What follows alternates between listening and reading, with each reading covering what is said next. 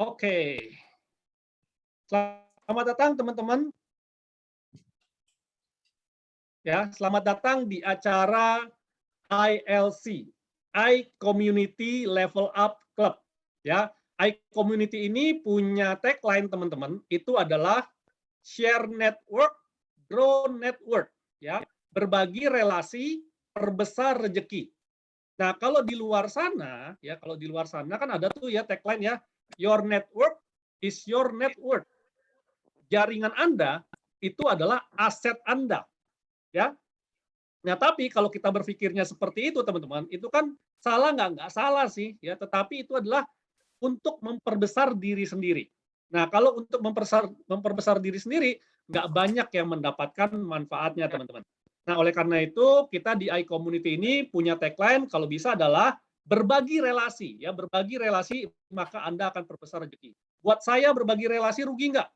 Nggak rugi, teman-teman. Karena relasi saya juga bukan milik saya, gitu ya.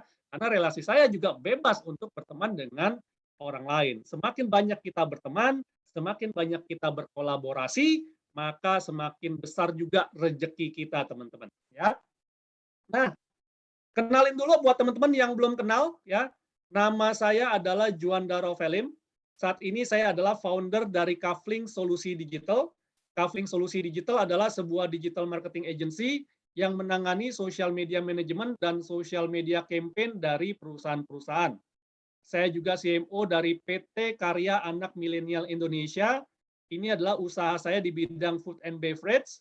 Saya juga ada certified trainer, founder dari iCommunity ini, dan digital marketer. Ya, ada beberapa karya saya, ada buku Digital Marketing in Action yang warna biru, sudah terbit cetakan keduanya yang warna hijau, dan sudah terbit juga buku saya yang kedua, yaitu Naked Sales, e-book Ghost Kitchen, dan game card Digital Marketing is Fun. Kalau mau tahu lebih lengkap tentang saya, bisa ke cuandarovelim.com atau ke kaflingsolusidigital.com, teman-teman. Ya. Nah, selamat datang teman-teman di eranya social commerce. Ya, eranya social commerce ini di mana perdagangan kita commerce itu dipengaruhi oleh aspek-aspek sosial. Ya, kalau teman-teman sekarang mau belanja sesuatu, pasti teman-teman akan tanya ke teman-teman di sosial media Anda. Atau kalau mau belanja di marketplace, teman-teman tanya ataupun lihat reviewnya, lihat ratingnya, lihat bintangnya, dan lain-lain seperti itu. Ya, nah, terus juga kalau misalnya kita lihat teman-teman, demografi di Indonesia, itu kan jumlah penduduknya ada 272 juta ya. Nah, terus jumlah pengguna internetnya 175 juta. Jumlah pengguna sosial medianya ada 160 juta, dan jumlah pengguna smartphone-nya ada 330 juta. Kalau teman-teman nggak ada di dalam dunia digital nih, di dunia internet seperti ini teman-teman, maka teman-teman akan kehilangan market 175 juta customer, ya, gede banget teman-teman. Oke, nah kalau misalnya kita lihat jumlah entrepreneur ideal, ya, jumlah entrepreneur ideal di satu negara, ya, itu negara disebut negara maju, itu jumlah entrepreneurnya ada 14%, teman-teman. Sedangkan di Indonesia ini masih plus minus cuma 3%. Dan inilah juga salah satu visi dari komunitas ini, yaitu iCommunity, untuk mendorong tumbuhnya pengusaha-pengusaha yang ada di Indonesia. Ya, minimal nambah-nambah 0,05 aja kan juga lumayan ya dari iCommunity ini nanti. Ya. Nah, terus bagaimana caranya kita untuk menang dan menjadi entrepreneur di eranya social commerce ini? Teman-teman bisa melakukannya dengan dua cara. Apakah teman-teman mau melakukannya dengan cara berkompetisi atau kita bisa berkolaborasi. Kalau kita berkompetisi artinya kita sikut-sikutan, artinya kita bunuh-bunuhan, ya, yang kuat yang menang, ya. Tetapi kalau kita bisa berkolaborasi, maka semuanya bisa menang, teman-teman, ya. Kenapa? Karena berbisnis di era digital pada masa pandemi saat ini, ya, Anda mau pilih sebagai yang mana? Mau sebagai yang kiri, di mana kita adalah ikan-ikan kecil yang dengan mudahnya dimakan oleh ikan besar, atau kita ikan-ikan kecil bersatu padu sehingga ikan-ikan besar pun takut ya untuk mengganggu bisnis kita. Kenapa? Karena di era pandemi saat ini bukan lagi pebisnis yang besar mengalahkan yang kecil, namun pebisnis yang cepat bergerak dalam komunitas akan dapat mengalahkan pebisnis yang lambat dan berjalan sendirian. Ya. Nah, di manakah posisi Anda saat ini? apakah Anda baru mulai mau bisnis, atau Anda sudah pebisnis yang pemula, atau Anda pebisnis yang berpengalaman, dimanapun posisi Anda saat ini, maka Anda bisa bergabung di dalam komunitas yang ada, ya, terutama di iCommunity ini. Oke? Nah, ini 3 tantangan dan 3 realita pebisnis di masa pandemi, teman-teman, yang saya tanyakan kepada 100 pengusaha UMKM yang kita kenal, yang saya dan teman-teman kenal, ya. Nah, ini 3 tantangan dan 3 realitanya, teman-teman. Tantangan pertama, rata-rata mereka pada bilang nggak punya modal besar, teman-teman. Nah, realitas sebenarnya adalah mereka bukan nggak punya modal, ya, tetapi mereka hanya belum ketemu orang-orang yang mau menyediakan akses permodalan bagi bisnis mereka. Artinya apa?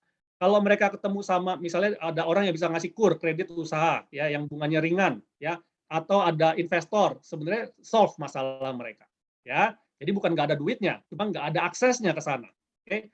Yang kedua adalah nggak punya pengalaman bisnis. Kenapa? Karena mereka masih belajar sendiri, masih coba sendiri gitu ya. Nah, realitas sebenarnya adalah ya itu tadi, mereka belum ketemu orang-orang yang mau menjadi mentor Anda dalam mengembangkan bisnis. Kalau teman-teman ada di dalam sebuah komunitas, maka teman-teman bisa belajar dari pebisnis-pebisnis senior kayak malam hari ini kita akan belajar dari Pak Galatia Chandra seperti itu ya. Dan yang ketiga adalah nggak punya produk unggulan. Nah, realitanya adalah mereka hanya belum ketemu orang-orang yang mau memberikan akses kemitraan untuk mereka bisa berjualan produk unggulan. Kenapa? Karena saya sendiri banyak sekali menjadi konsultan di perusahaan-perusahaan. Sebenarnya perusahaan juga pengen cari orang-orang nih yang mau jualin produk mereka. Di satu pihak, banyak juga orang-orang yang mau cari barang nggak ketemu gitu. Nah, inilah kita bisa pertemukan mereka di dalam sebuah komunitas, teman-teman. Ya, karena kalau nggak ada di dalam sebuah komunitas, biasanya trust-nya belum terbangun tuh, seperti itu. Nah, buat teman-teman yang mau punya akses untuk mengatasi 3 masalah tersebut juga, ikutin saja ya acara pada malam hari ini sampai selesai. Kenapa? Karena setelah ini akan ada seorang yang sangat spesial ya. Ini ada orang yang saya selalu kagumi, teman-teman ya. Dan mungkin juga teman-teman sudah mengenal beliau melalui tulisan-tulisannya ya. Jadi tulisan-tulisan beliau ini sangat menginspirasi sekali, teman-teman ya. Dengan kalau misalnya teman-teman melihat satu tulisan inspirasi di bawahnya itu ada GC. Nah, ini adalah orangnya, teman-teman. Nah, seperti apa sih Pak Galatia Chandra ini ya? Kita akan melihat sebuah video, teman-teman ya. Kita akan melihat sebuah video yang akan memperkenalkan Pak Galatia Chandra, teman-teman ya. Kita saksikan dulu video berikut ini. Sebentar.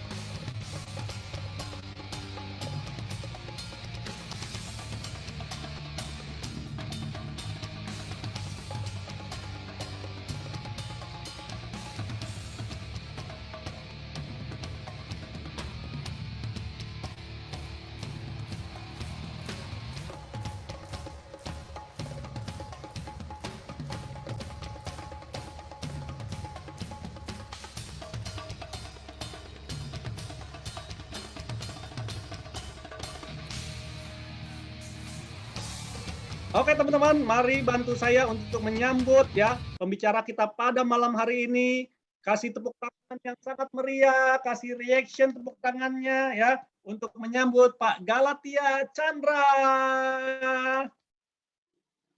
Thank you, Brother Joanda. Ini adalah sahabat saya yang luar biasa nih yang mengizinkan saya malam ini untuk berada di sini ya. Jadi terima kasih banyak Pak Joanda. Salam kenal buat semua teman-teman. Semoga hari ini apa yang saya sharingkan bisa banyak bermanfaat buat kita semua ya. Terutama memang kalau kita semua kebanyakan di sini yang berusaha, pasti kita akan mengalami banyak kendala pada zaman COVID ini ya. Terutama mereka yang usahanya itu di bidang restoran atau toko mereka berada di mall, ya kita tahu ya di mall itu udah tutup berapa lama ini ya. Jadi saya yakin pengusaha-pengusaha yang berada di mall, mereka yang terkendala dengan adanya COVID ini merasakan bagaimana sulitnya bergerak di dalam dunia usaha. Nah, kita katanya di dalam dunia usaha itu harus membangun namanya resiliensi katanya. Resiliensi artinya kita harus memikirkan bagaimana kita bisa bangkit kembali gitu ya. Nah, sehubungan dengan itu, maka hari ini topik saya ini akan membahas mengenai customer experience atau consumer experience. Barangkali mungkin teman-teman bisa respons juga ya kalau misalnya saya ada pertanyaan-pertanyaan supaya kita apa namanya bisa ada dua arah gitu ya. Teman-teman bisa juga apa namanya komentar di chat ya. Jadi saya membaca chat terus nih. Jadi kayak ini dari Putrisya ada bilang amin. Nah, ini saya bisa bisa lihat di sini gitu. Nah, jadi silakan teman-teman kalau ada komentar apa, kalau ada pertanyaan supaya nggak lupa, biasanya ya, kalau saya sih langsung aja saya taruh di chat gitu ya. Nanti di akhir session kita bisa bahas ya satu persatu, tentunya dengan kapasitas waktu yang ada. Nah, jadi kita lihat dunia ini banyak terjadi perubahan-perubahan dengan adanya COVID ini. Saya sendiri mau cerita ya, sebelum saya masuk ke dalam slide saya mau cerita. Jadi baru-baru ini nih saya ingin membeli sebenarnya hal yang sangat mudah di zaman dulu, yaitu membeli yang namanya SIM card, ya kan? Itu kan sesuatu yang menurut saya harusnya nggak sulit ya, di mana aja kita bisa kayaknya dengan mudah. Tapi ini benar-benar membuat saya pusing kepala. Saya menunda pembelian SIM card ini hampir 1 bulan.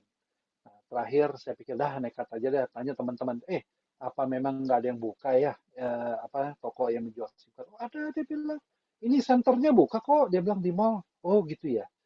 Jadi saya planning ya mau pergi ke toko itu. Jadi saya siap-siap jam 12 gitu. Tapi apa mau dikata, saya ukur-ukur. Kalau jam 12 dari kantor saya lari ke mall eh, MKG ya, Mall Kelapa Gading, itu kayaknya nggak keburu deh baliknya gitu ya, karena jam 1 saya ada meeting lagi di Zoom gitu. Jadi akibatnya saya pikir udah jam 5 aja deh. Kan toh mall tutup jam 7. Saya sampai di situ tokonya buka ternyata. Buka. Tapi dia udah nggak melayani tamu. Ya, udah nggak melayani tamu. Karena katanya toko itu tutup jam 4. Jadi saya ya ditolak gitu ya. Ya ditolak gitu. Terus ini nggak ada toleransi nih. Saya padahal kepingin banget nih beli nih. Ya, nggak bisa. Ya udah deh, saya tunda lagi tuh ke besokan harinya. Besokan harinya dengan semangat 45 nih. Ya, jam 12, teng. Jalanlah saya ke Mall Kelapa Gading, ya kan? Wah, ini ketemu akhirnya. Iya, Bapak mau beli SIM card? Iya, mau beli SIM card. Tapi saya mau beli SIM cardnya yang prabayar. Oh, nggak bisa, dia bilang. Kalau prabayar harus belinya di Alfamart, katanya. Ya, kalau kalau di sini di center ini cuman melayani yang pasca bayar aja katanya. Waduh, saya pikir nggak bisa ini ya. Jadi terpaksa lah saya mencoba menuju ke mall yang lain gitu ya. Atau saya pikir-pikir, wah mungkin kalau mall yang lain sama. Coba deh ke toko deh gitu. Ternyata yang ada di ruko juga sama, nggak melayani juga. Padahal hujan-hujan udah saya ke sana gitu ya. Apa namanya bela-belain, tetap juga nggak bisa dilayani. Artinya apa? Banyak sebetulnya ya. Ini adalah satu contoh. At the end ya, sampai detik ini nih, saya belum berhasil membeli SIM card. Sampai detik ini. Ya, jadi boleh dibilang ini usahanya ya udah kemana-mana ya. Sampai terakhir katanya di Roxy Mas. Sampai pergi ke Roxy Mas. Ternyata itu waktu itu jam berapa tuh ya? Jam 1 kali saya nyampe di Roxy Mas. Juga nggak bisa dilayanin. Soalnya kenapa? Ternyata antrenya panjang sekali dan itu dia bilang kalau dilayanin terakhir udah sampai jam 4. Jadi jam 4 dia tutup gitu ya. Nah, jadi ini adalah salah satu contoh customer yang nggak happy. Jadi banyak sekarang customer-customer yang nggak happy. Ketika customer nggak happy, tentunya mereka akan mencari alternatif-alternatif ya. Pertanyaannya adalah, tahukah kita gitu ya, kalau kalau ada customer kita yang nggak happy. Saya masuk ke dalam slide saya ya, saya share. saya. Oke, bisa lihat Bapak Ibu semua slide saya. Oke, bisa lihat ya Bapak Ibu ya, Pak Juanda bisa lihat slide saya ya. Baik kalau gitu. Ya, jadi topik malam ini saya mau membahas mengenai CX 4.0 katanya ya. Keren banget sih ini ya. Memang ini yang disebut namanya Customer Experience 4.0. Ya. Saya tertarik sekarang menggunakan 4.0 ya karena baru-baru ini kebetulan ikut apa namanya tuh seminar ya di Singapura itu selama 2 hari kita membahas mengenai CX 4.0 ini. 2 hari teman-teman ya.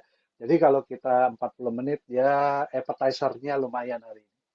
Ya, jadi bisa buat mungkin memancing minat Bapak Ibu semua untuk belajar lebih dalam lagi mengenai what is the CX 4.0 gitu ya. Nah, jadi kita hari ini akan belajar mengenai apa itu yang namanya customer service, customer journey, customer engagement, dan customer experience. Nah, kalau kita perhatikan, coba ya, saya mau minta feedback dari Bapak Ibu semua. Kalau yang punya chat boleh katakanlah tulis di chat. Kalau yang bisa masuk ke sini, syukur-syukur ya, silakan coba di scan ini nih, ya ada yang bisa scan nggak coba. Terus kemudian jawab nih pertanyaannya atau juga bisa masuk nih ke browser ya kalau ada handphone gitu ya. Coba masuk ke browser slido.com ya. Terus nih ruangannya ya 323.104. Nah, coba ditulis Bapak Ibu semua ya. What do consumer or customers expect from a product atau service? Apa sih yang mereka katakanlah harapkan dari sebuah produk atau service? Ada yang mungkin bisa komentar.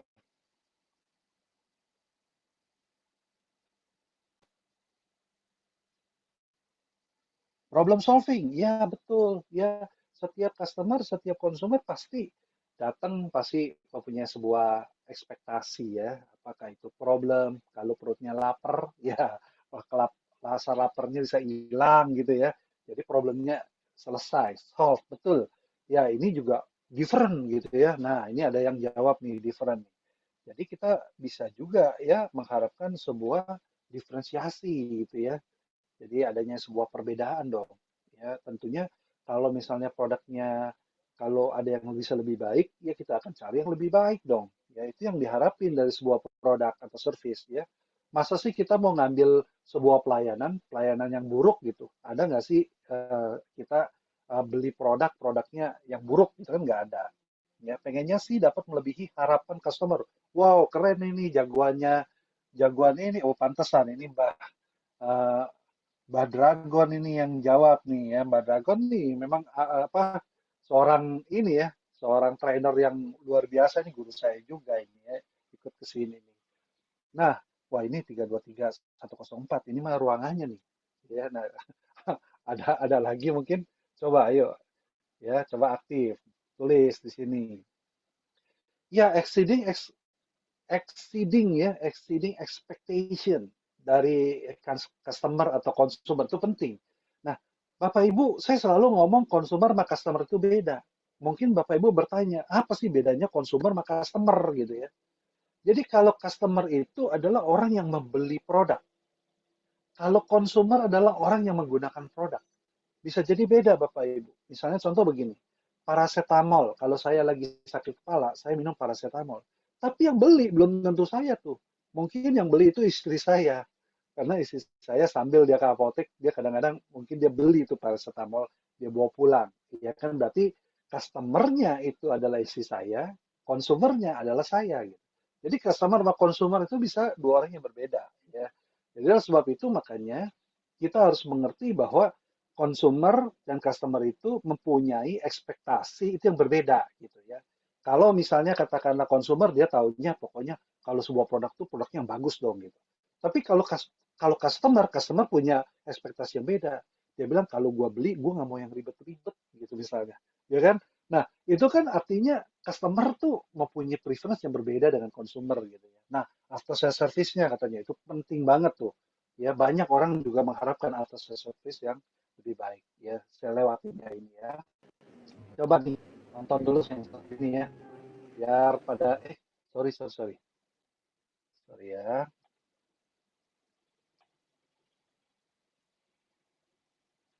Ini kadang-kadang suka suka gini nih. Ya,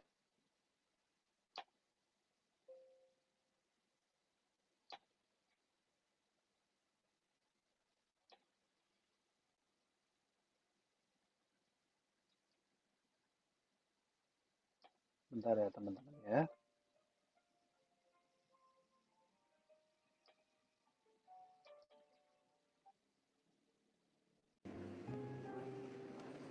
Suaranya ada nggak ya?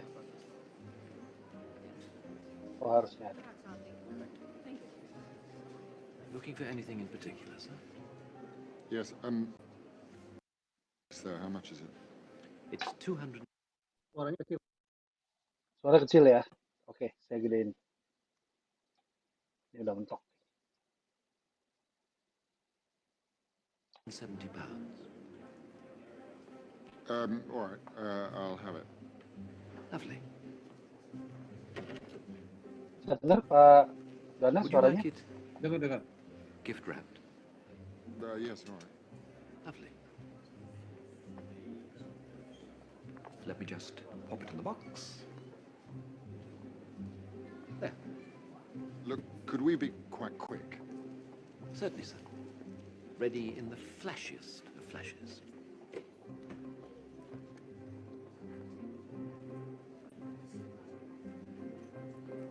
There. It's great. Not quite finished. Look, actually, I don't need a bag. I'll just put it in my pocket. No, this isn't a bag, sir. Really? This is so much more than a bag.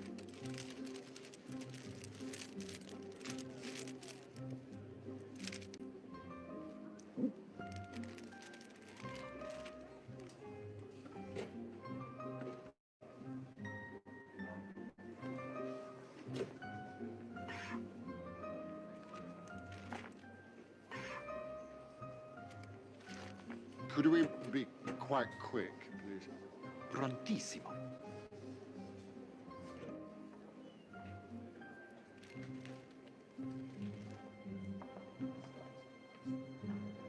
Perhatikan bagaimana pelayanannya ya. Pelayanannya luar biasa loh.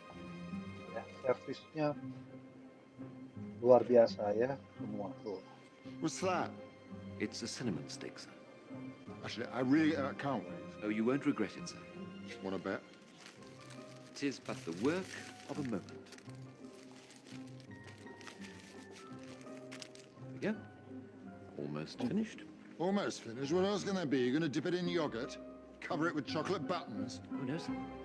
We're going to pop it in the Christmas box. But I don't want a Christmas box. But you said you wanted it gift wrapped, sir. I did. This is the final flourish. Can I just pay? All we need now Oh, God. is a sprig of holly. No bloody holly.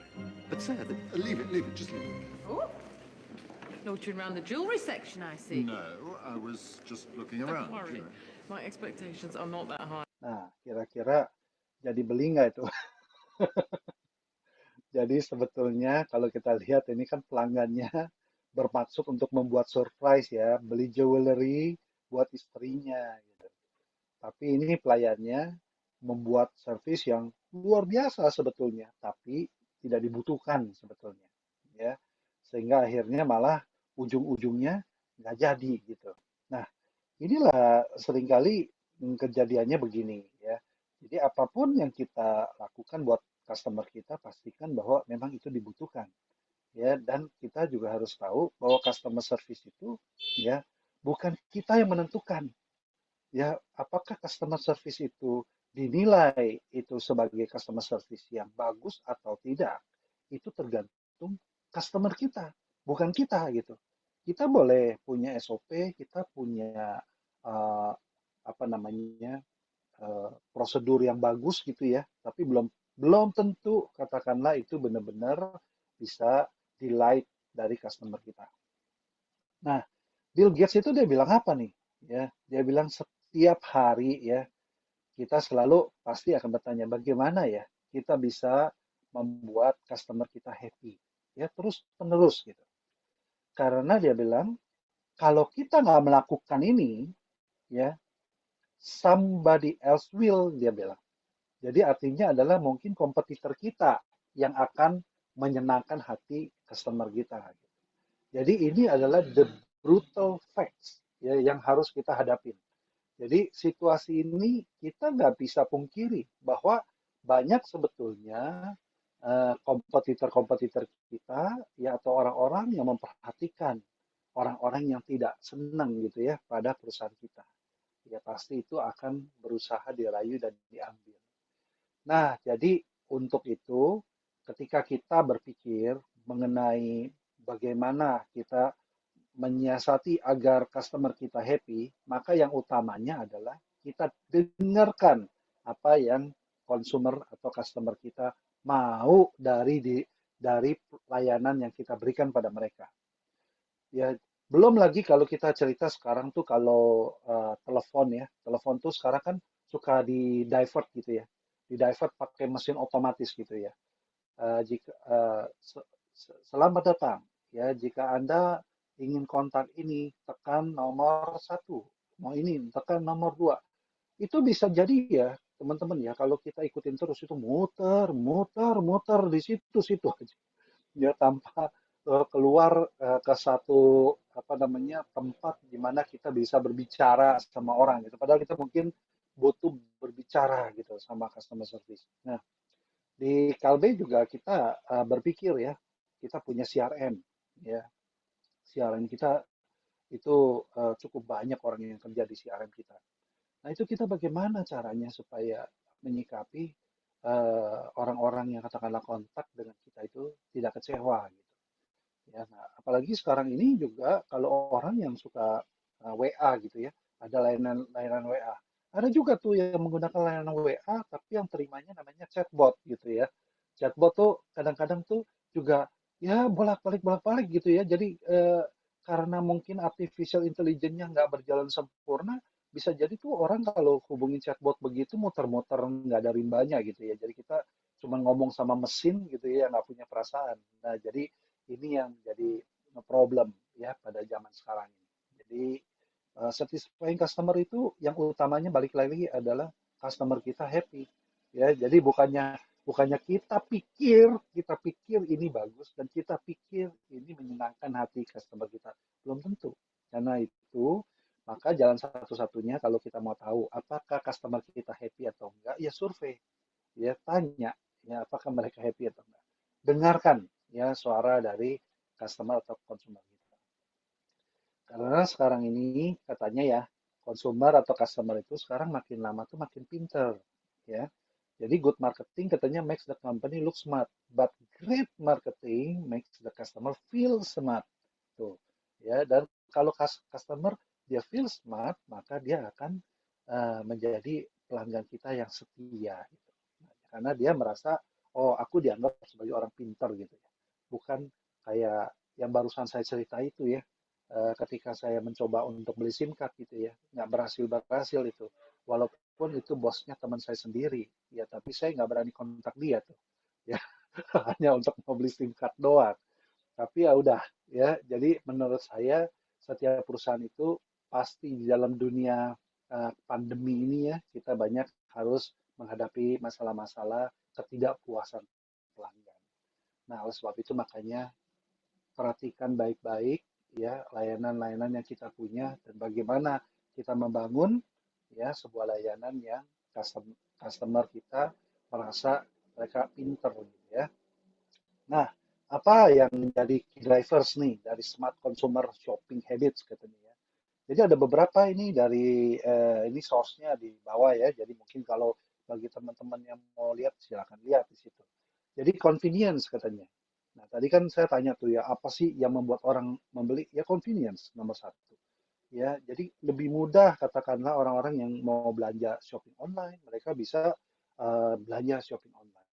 Nah, yang menjadi masalah pada zaman sekarang itu kenapa shopping online begitu banyak, tapi juga banyak juga yang nggak berhasil ya menjual di online. Karena kenapa? Karena shopping online itu ada hal yang paling penting di situ, yaitu integriti dari sebuah perusahaan itu sangat-sangat penting. Nah, jadi oleh sebab itu makanya review dari orang lain apa itu sangat penting ya bagi perusahaan-perusahaan yang berada di dunia online. Kalau kita nggak punya orang-orang yang apa namanya bersaksi gitu ya bahwa layanannya baik atau apa atau komentar-komentar yang positif gitu. Nah itu kemungkinan orang ragu gitu ya. Ini benar nggak ini? Ya jangan-jangan ini perusahaannya penipu nih gitu ya. Nah jadi itu sangat penting. Jadi bukan cuma sekedar convenience kalau shopping online. Kemudian memang betul nih sekarang ini katanya multi channel ya, multi channel itu atau sekarang namanya omni channel katanya. Omni channel itu kan orang tuh seneng pokoknya belanja di mana aja lah ya, shop anywhere, at any time ya, jam berapa aja yang mau belanja bisa gitu ya. Nah ini jadi sebuah pilihan-pilihan penting. Kemudian juga ya pasti dong mereka cari yang the best deals ya, ya pasti value for money lah gitu ya. Jadi paling nggak kalau beli produk itu ya jangan kemahalan gitu ya, yang value for money. Kemudian variety. Nah, jadi ini juga penting ya karena varietas itu merupakan pilihan-pilihan tergantung preference gitu ya. Ada orang misalnya katakanlah kenapa ya kita tuh kalau jual makanan itu susah karena nggak semua orang tuh suka jenis makanan yang sama. Ada orang mungkin yang sukanya ketan hitam, ada orang yang sukanya kacang hijau, ada yang sukanya kacang tanah. Itu beda-beda semua. Nggak ada tuh kita pukul rata semua orang Indonesia itu memang suka. Tapi kalau kita lihat nantinya pada waktu long run-nya baru kita tahu bahwa oh ternyata ya betul kalau kita ada 10 varian at the end itu ya 80% itu hanya mungkin 3 atau 4 varian. Sisanya itu hanya untuk ya fancy-fancy gitu ya. Padahal itu kalau dibikin ada itu rugi sebetulnya. Tapi kalau nggak ada itu, seluruh total yang lain-lainnya nggak laku. Jadi terpaksa perusahaan yang makanan begitu, yang variannya banyak, dia tetap harus mempertahankan. Karena kalau dia nggak mempertahankan begitu banyak, ya, yang utamanya juga ikut nggak laku. Gitu.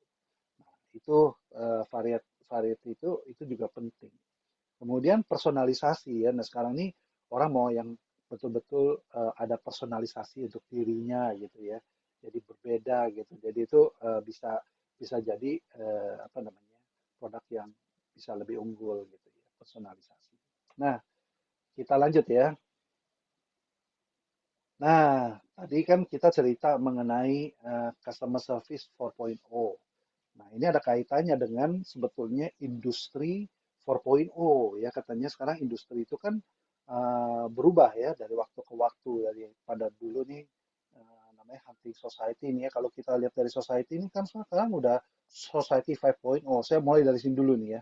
Society 5.0 ini dulu ada itu karena ada satu dokumen namanya Kedanren ya. Ini adalah eh, grupnya pengusaha-pengusaha di Jepang ya. Jadi mereka eh, kongko-kongko nih kayak di Iconic gitu ya, Iconic. Kemudian mereka membangun sebuah kesamaan. Oke, kita butuh membangun sesuatu sumber daya supaya Jepang ini kan udah terkenal teknologi. Kalau kita tidak membangun ini, mungkin kita akan kelindes gitu ya sama perusahaan-perusahaan yang lain. Nah, waktu itu Korea mulai dengan Hyundai ya dan mulai perusahaan-perusahaan mobil Jepang itu mulai dimakan market share-nya oleh perusahaan-perusahaan Korea. Dia punya lagi Samsung ya. Dia punya lagi apa Korea kan naik daun ya memukul banyak ya industri-industri di Jepang. Nah, maka mereka mulai berpikir karena mereka basisnya memang jagoan robot ya. Kan kita tahu kalau orang Jepang itu kan pasti pintar-pintar di dunia robotik. Nah, karena mereka pintar robot dan dunia ada artificial intelligence, mereka mau mengawinkan robot sama artificial intelligence. Jadinya namanya Society 5.0. Nah, jadi itu adalah uh, dunianya masa depan. Tapi kita belum sampai nih kalau kita ngomong mengenai customer kita nggak ngomongin sampai ke 5.0 dah ya. Kita masih industri 4.0 dulu ya. Industri 4.0 aja kita belum nyampe-nyampe kayaknya ya, masih struggle. Nah, kalau kita lihat jadi kita tadi saya udah bilang ya dunia itu kita butuh hunting society yang pertama itu. Jadi makanya ada customer 1.0. Di mana service itu menjadi salah satu indikator utama ya bahwa kalau servisnya bagus gitu ya, orang butuh daging ya, dikasih daging kualitasnya oke, ya udah orang itu akan jadi loyal customer kita gitu ya. Kemudian mulailah ada teknologi nih. Teknologinya tuh kalau dulu kan ibaratnya kalau orang tuh cuman jadi hunter gitu ya, pokoknya bunuh hewan, makan gitu ya. Nah, orang mulai berpikir, mulai pinter dia menggunakan teknologi, mulai menggunakan teknologi. Namanya bercocok tanam lah, ya orang mulai bercocok tanam, mulai ada cara-cara ya teknik-teknik ya industri yang belum pakai mesin dah gitu ya. Nah, itu mulai disebut namanya industri 2.0. Nah, juga ini men-trigger sebetulnya adanya customer 2.0. Disinilah yang kita sebut sebagai journey ya. Journey artinya bahwa eh, kita punya masyarakat mengalami perubahan-perubahan, kebutuhan-kebutuhan kita banyak mengalami perubahan-perubahan, ya, dan disitulah juga customer kita mengalami banyak perubahan-perubahan. Maka ini yang disebut namanya customer 2.0 ya atau customer journey. Lalu berikutnya mulai masuk ke teknologi industri ya, mulai ada pabrik ya, mulai orang mengenal plastik ya, mulai ada mesin uap. Nah, inilah mulai disebut namanya customer 3.0. Nah, di masa itu yang dibutuhkan adalah bagaimana ya kalau misalnya katakanlah orang udah pakai Pepsodent terus gitu. Orang mau makan Indomie, Indomie terus gitu ya. Walaupun Indomie, Sarimi, apa namanya Supermi itu perusahaan yang sama gitu ya. Tapi tetap orang tuh punya preference tertentu udah itu di situ gitu ya. Jadi itu yang disebut namanya ada engagement. Ada engagement antara customer sama industri itu ngeklik di situ dan kemudian orang berpikir juga industri juga mulai berpikir survei. Nah, market butuh apa, butuh ini, oh iya di journey-nya customer itu masih ada dibutuhkan ini itu nah itu semua di provide gitu ya.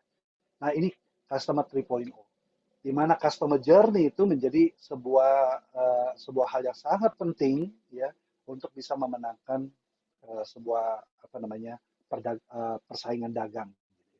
Nah, yang terakhir ini ya di mana eranya nih era informasi.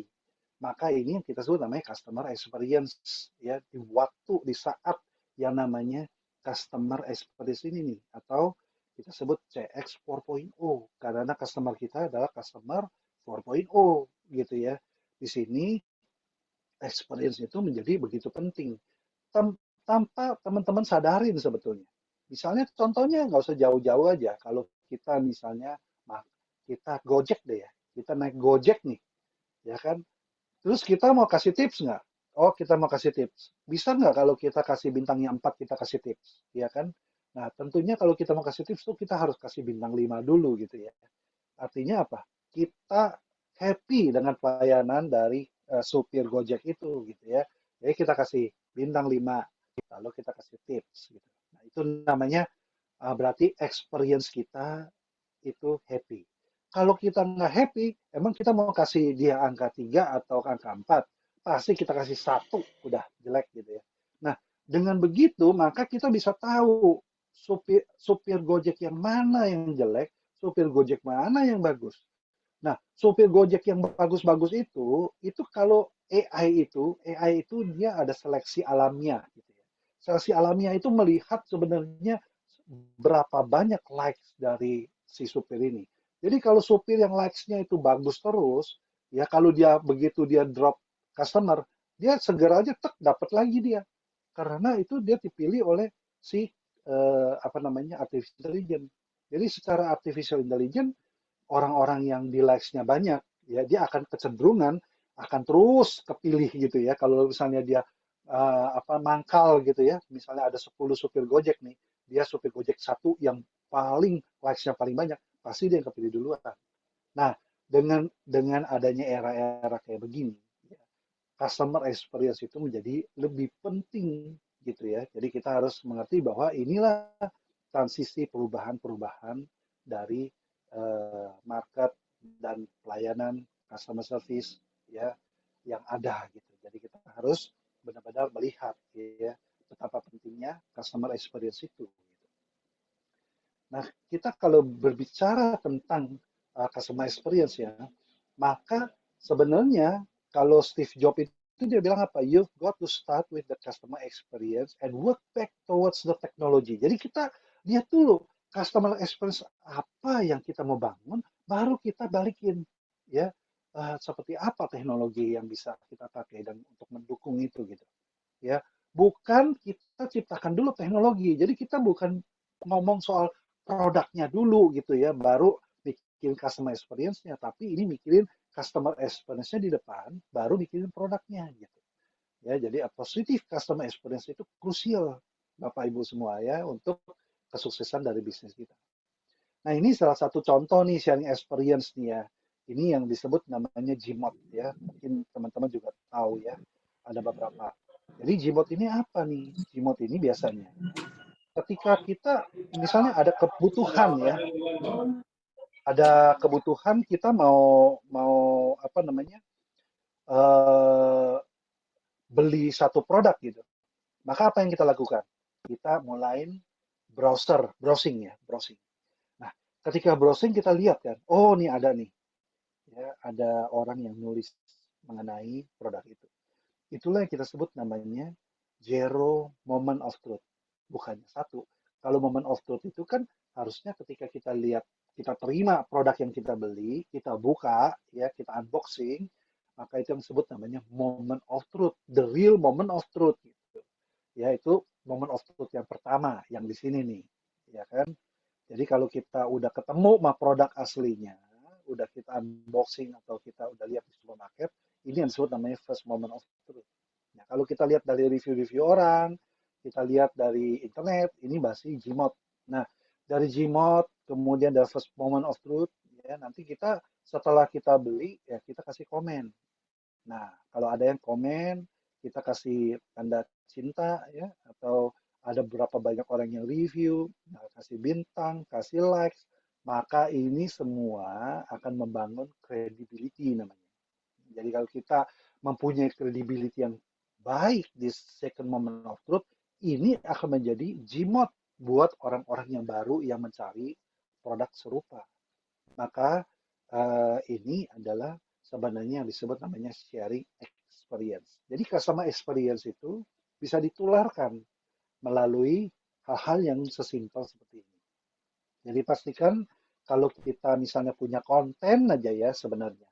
Kontennya itu pastikan di bawahnya itu harusnya ada kali ya. Kalau orang mau komen, boleh komen.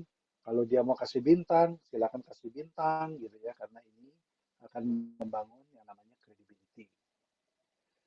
Oke, saya lanjut ya.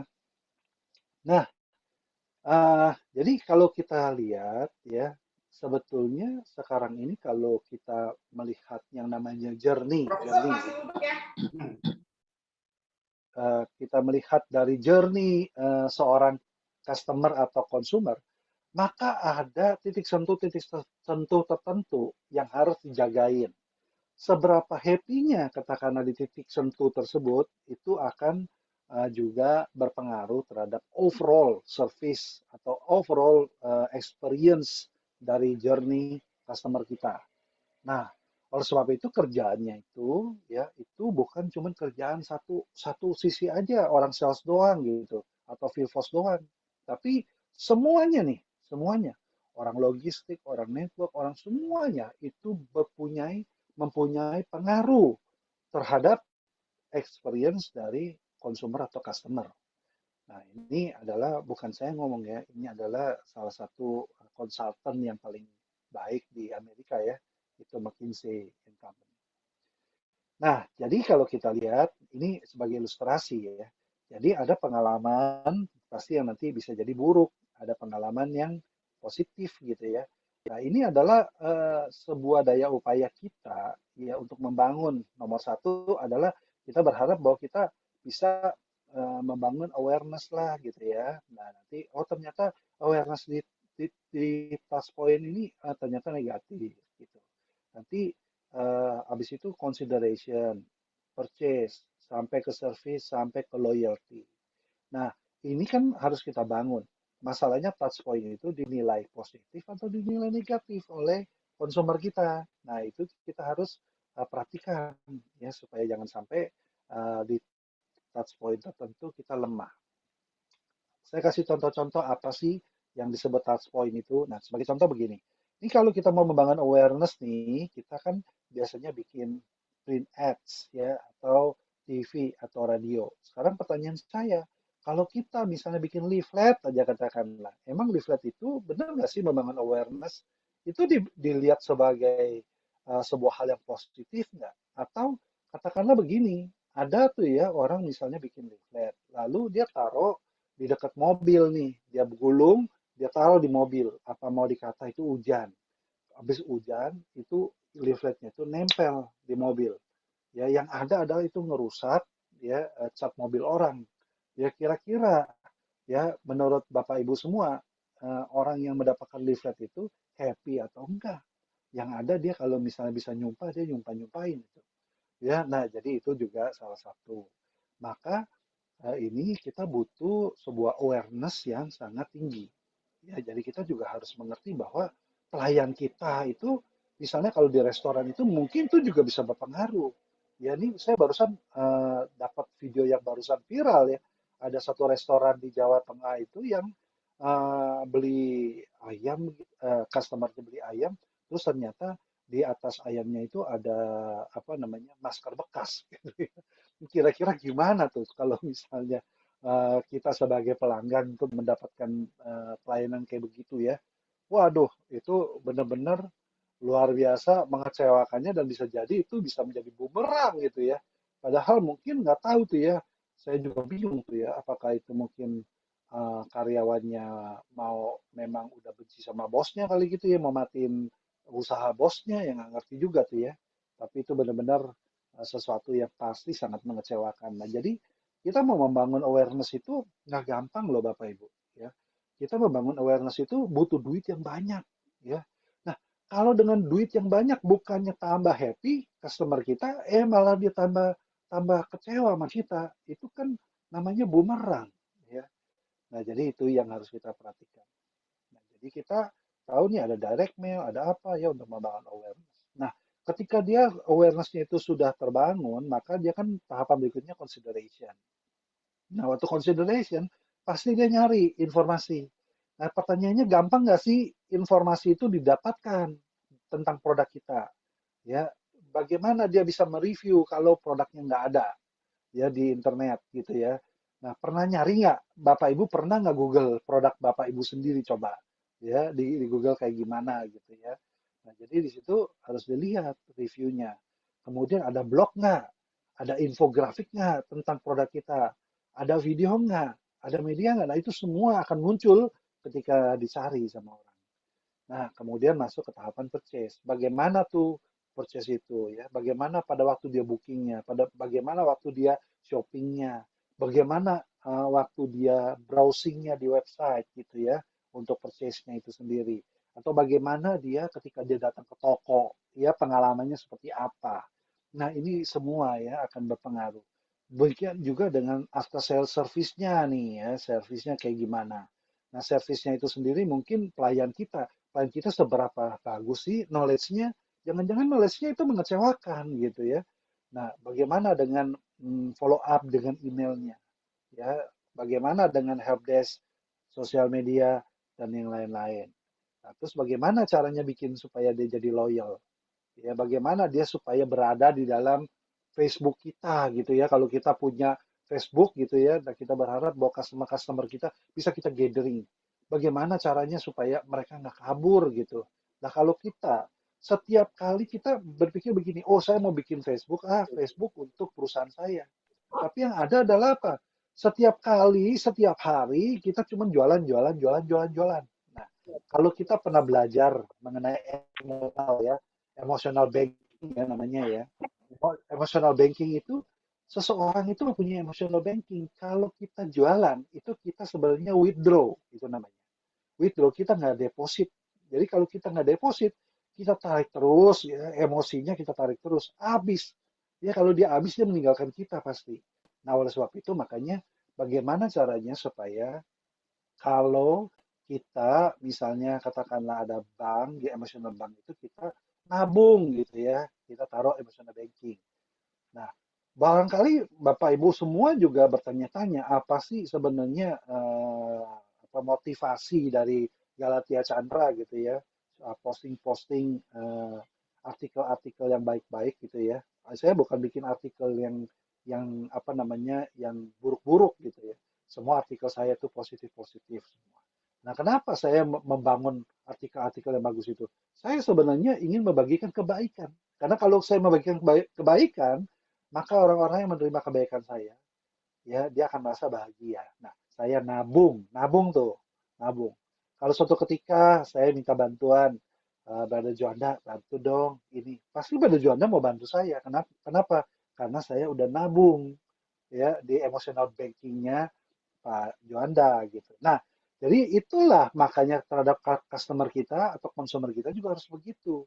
Ya, jadi jangan cuma berpikir untuk withdraw, withdraw, withdraw gitu tanpa kita berpikir untuk nabung. Ya. Nah, kalau kita perhatikan, nah ini aktivitas-aktivitas yang ada ya, ini adalah kalau kita lihatin secara ini ya.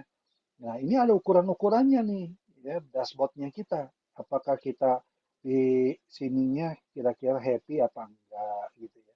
Nah, dengan model-model seperti ini, kita sebenarnya bisa mengukur di mana yang sebetulnya kita masih lemah. Harapannya sih kalau bisa semuanya very happy ya, semuanya di hijau semua begitu ya. Wah, kalau semuanya di hijau semua berarti ini semuanya hebat banget dah ya. Berarti customer tuh happy di segala aspek gitu ya. Pasti akan loyal dia. Nah, jadi ini bukannya kata kita. Ingat tuh ya, bukan kata kita. Ini semua pakai survei Bapak Ibu semua. Ya, ini ada dashboardnya. Ini semua diukur, ya diukur seberapa tingkat eh, likes and dislike dari customer kita. Nah, jadi itu. Nah, kita tahu ya, ini saya percepat aja ya, key trend ini berubah. Nah, ini customer journey kira-kira ya. Ini sebagai contoh aja ya. Jadi customer journey ini ya atau experience ini mengalami banyak perubahan pada zaman COVID, Bapak Ibu semua. Jadi mulai dari misalnya ini kita cerita mengenai pasien. Nah, pasien journey ini kan dulu ya kalau namanya pasien sakit kemana? Ya ke dokter lah. Tapi sekarang itu orang kalau pasien itu sakit dia berani ke dokter, takut kena COVID lagi ntar. Ya, nah jadi sehingga apa? Kalau pasien itu sekarang dia cenderung untuk melakukan ini nih ya prevention kalau bisa. Jadi mulai orang berpikir, wah minum vitamin D, ya minum vitamin D deh, gitu, vitamin C deh, multivitamin yang ada zinc-nya gitu ya. Karena kenapa? Karena mereka mencoba untuk prevention kalau bisa. Nah, terus kemudian untuk diagnosis begitu juga, diagnosis juga mengalami perubahan. Kalau mereka cari dokter, ya udahlah pakai telemedicine dulu ya sekarang. Angka membuktikan ya bahwa telemedicine dulu itu ya seperti klik dokter lah misalnya contoh ya yang Kalbe milikin ya. Itu dulu boleh dibilang orang yang menggunakan jasa klik dokter itu nggak banyak gitu. Tapi kalau sekarang itu ya klik dokter itu menurut saya itu semua dokter yang ada di klik dokter itu boleh dibilang tuh hampir sedikit sekali tuh istirahat ya karena kenapa? Karena mereka itu dibombardir begitu banyaknya pasien yang bertanya apa aja di situ ya. Nah jadi klik dokter itu saat ini adalah lagi sibuk-sibuknya ya. Jadi nah itu sebagai contoh bahwa preferensinya pasien sekarang mengalami perubahan. Kemudian treatment juga begitu ya. Treatment juga sekarang mengalami perubahan ya karena ada approach-approach yang lain-lain ya yang perlu dipertimbangkan. Nah, kemudian juga dispensing atau medication dari apa obat juga itu di apotek apa semua mengalami perubahan ya. Keponakan saya kebetulan kerja di salah satu apotek ya apa yang terjadi adalah tiga dari apa Asian Apotheker itu kena COVID ya dua itu meninggal ya jadi makanya orang-orang yang sekarang kerja di apotek itu di front line begitu tuh bukan nggak ada bahaya itu ya itu bahaya banget itu karena mereka menghadapi orang yang mereka nggak tahu, jangan-jangan orang itu udah kena COVID gitu. Nah, jadi ini membuat mereka sekarang juga membuat perubahan. Jadi mereka juga sekarang prokesnya lebih ketat dan yang lain-lain ya. Jadi maka dispensing cara mereka memberikan obat juga berbeda. Disease management juga berbeda ya, karena sekarang teknologi itu makin lama makin maju dan juga banyak ilmu-ilmu baru yang memang di luar dari ilmu-ilmu yang selama ini kita pelajari. Jadi ini semua ya, Harvard Business Review ya dia bilang ya, designing customer journey for the post pandemic world itu penting nih sekarang. Ya, jadi kita harus berpikir sekarang. Ini bukan saya ngomong, ini adalah Harvard Business Review nih. Jadi kalau kita ini baru nih Mei 6 2021 ya. Apa nih yang harus kita perhatikan? Customer centric dia bilang. Ya, not company centric, betul kan? Jadi sekarang kuncinya adalah kita udah tahu touch point yang tadi kita pelajarin itu yang namanya disebut customer centric. Semua harus bisa bagaimana membangun sesuatu yang appealing buat customer kita dan membuat mereka itu happy ya. Tadi kalau Pak Mbah Dragon itu bilang exceeding expectation katanya ya, atau delighting our customer. Nah, itu semua ya harus kita bangun. Kemudian flexible journey ya, based on needs point, not touch point. Jadi bukan sekedar touch point tapi needs point. Needs point itu bisa berbeda. Bapak Ibu ya, selama masa pandemi ini itu kita banyak juga menghadapi bahwa banyak kan mal-mal tutup ya. Waktu itu juga orang kalau mau cari produk itu nggak gampang. Akibatnya apa? Mereka coba lihat online. Mereka mencoba melihat toko-toko sekitar ya. Jadi udahlah yang ada di jarak yang paling dekat, yaitu apa? Alfamart mungkin ya, atau toko-toko retail yang berada di kawasan-kawasan perumahan.